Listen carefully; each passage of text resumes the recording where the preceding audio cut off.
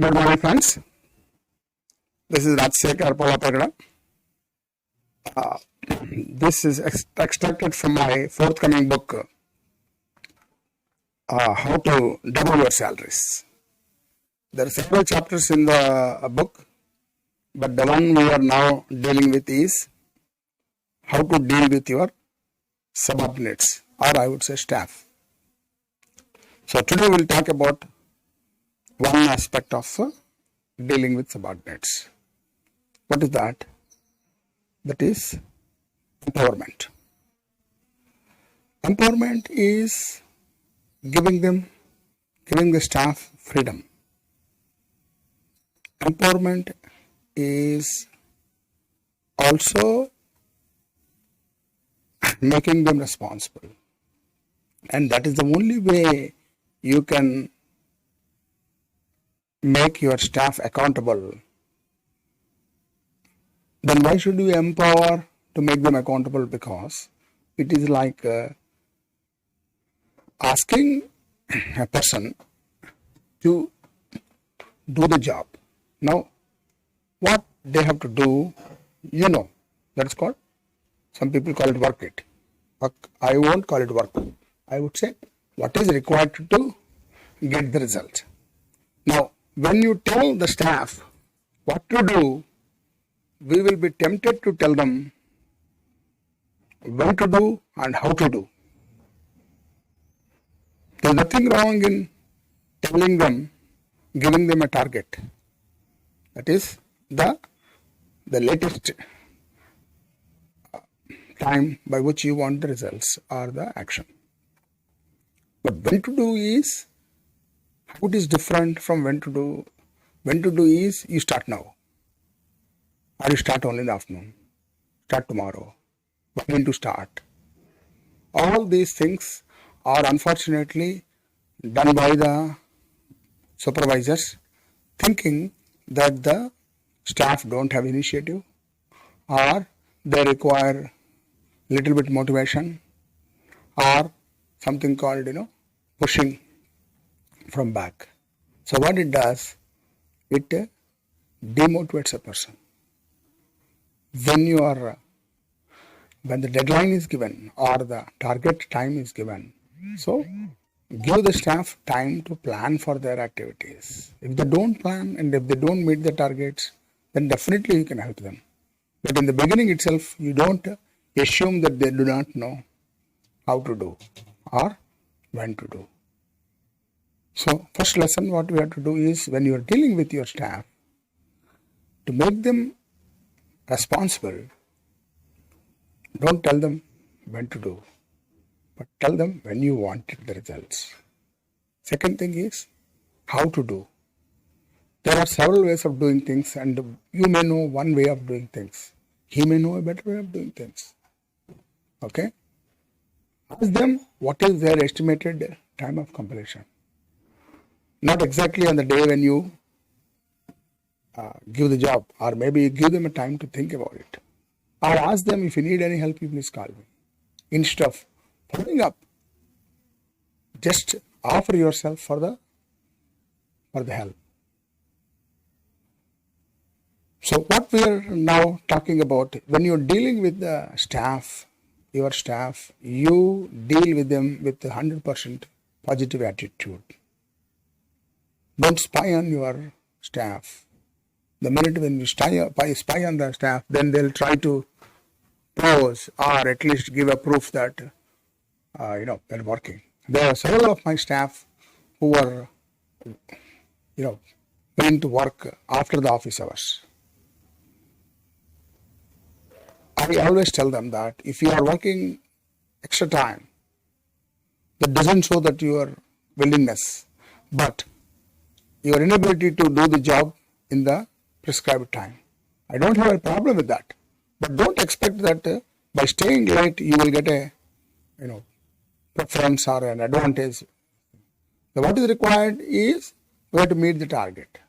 Now, if you can stay home, or you work from home, or you work at office, it is their choice. In fact, long before the work from home started, I used to tell my staff that I don't care when you come to the office, when you leave the office, but the office norms are there. If you are not meeting the office norms, it is a responsibility to tell me that you will be at what time you will be leaving, reaching the place, or if you are leaving early. Okay, you don't have to take my permission, but you have to inform me. Number one. Number two, there should be a valid reason for that. Number three, always remember that it's not your work and your timing only, but your coordination with others will require. So if you start coming at your own time and going at your own time, others, how do they, coordinate with you if they want any information? So you should be available on your phone or contact. The minute you are not there in the office, I don't care, but the minute you are not available, definitely I'll care. This is the instruction I used to give. So what is important is not being present physically, but being available. So there is a difference between availability and present.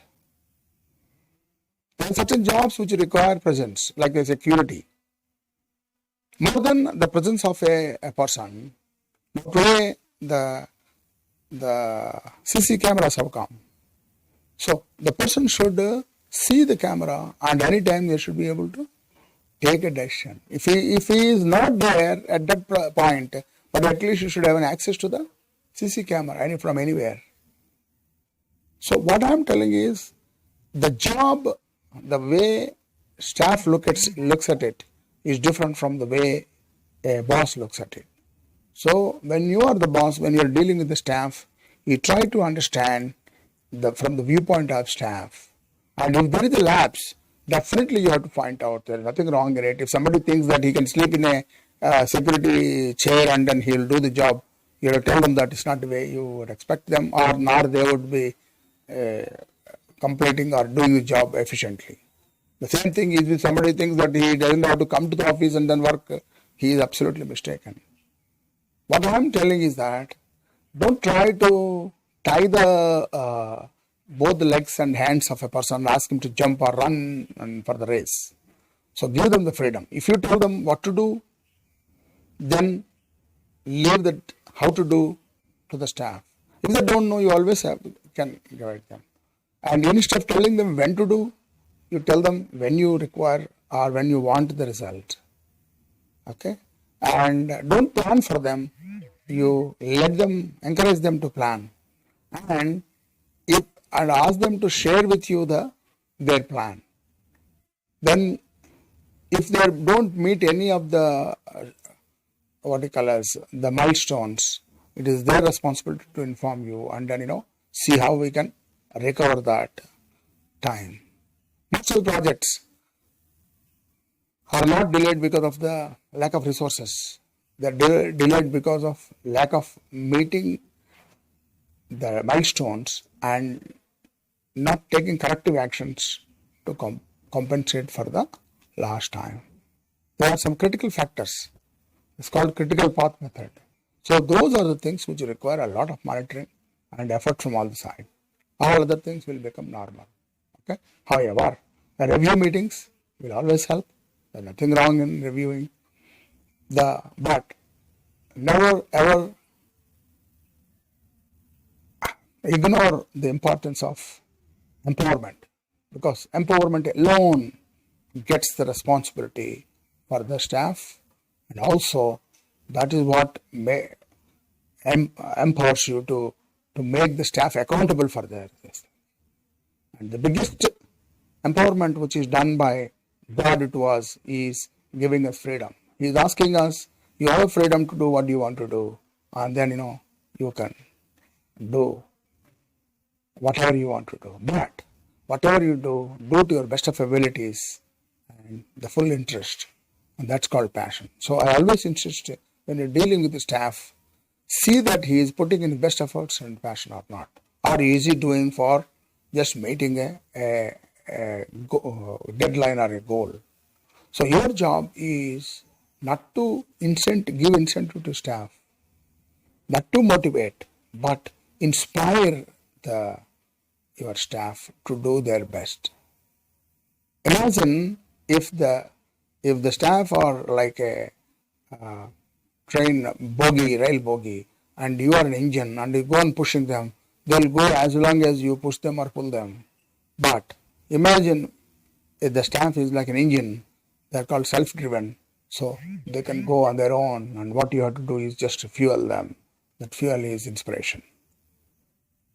So this is the 21st century management, where how to double your salary is not just thinking that you will perform, but your staff also have to perform.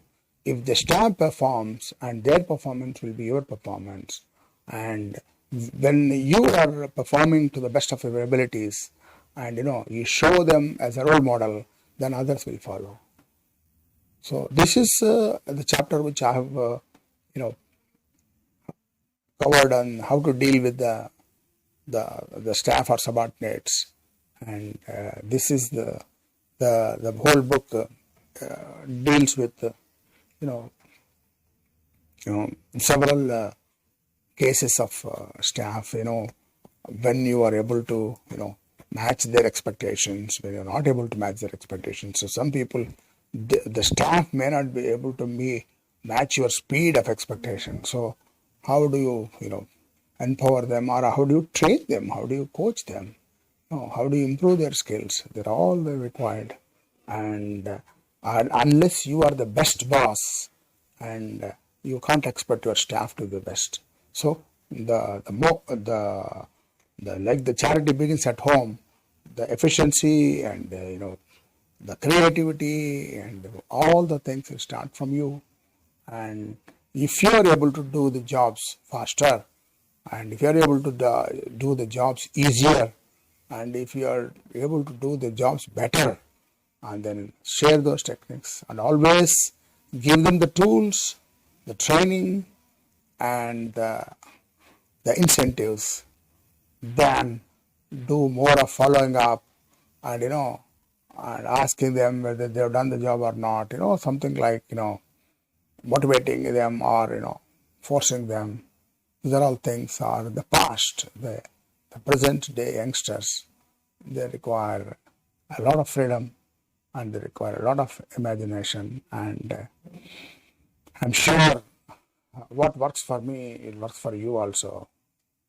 This is the first part of how to deal with your staff, and it's from my book, extracted from a book, How to Double Your Salaries. Thank you very much. Best of luck.